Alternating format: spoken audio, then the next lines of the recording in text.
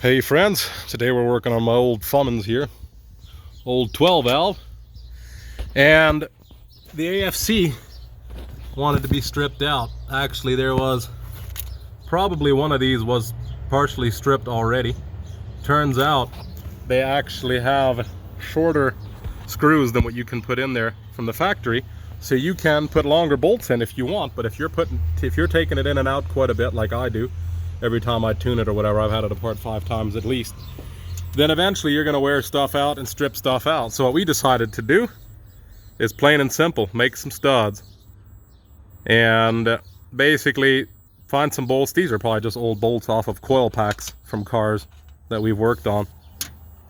Just find a bolt that fits in there and cut a notch in the top so you've got somewhere to put a screwdriver, so you can screw them in. A little bit of Loctite, that might be a little extreme, but we don't ever plan on taking them out again.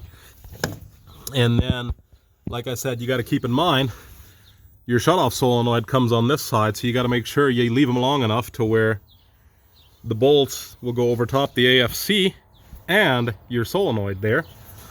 So they're long enough for that. And it seems to, I've got 3 in there right now, as you can see. So they seem to slide on just fine, actually.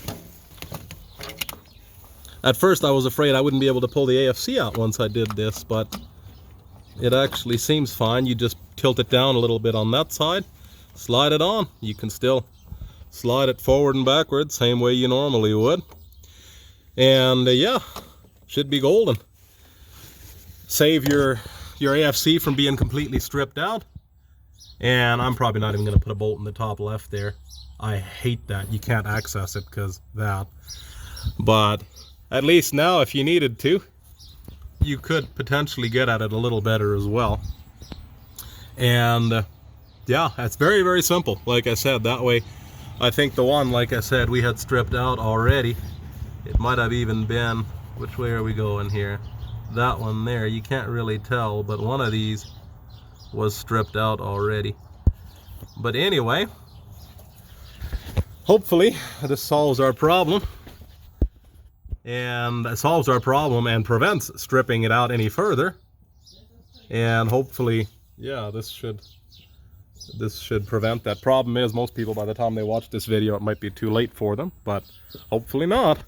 I dropped the cap for the thread locker in my support hole there, so I gotta fish that out. But anyway, as always, I guess first off, tools you need, well, I mean, bench grinder, flat screwdriver, a Dremel that you can cut, or even a grinding wheel that's thin enough that you can cut it. We use a little Dremel wheel, I believe.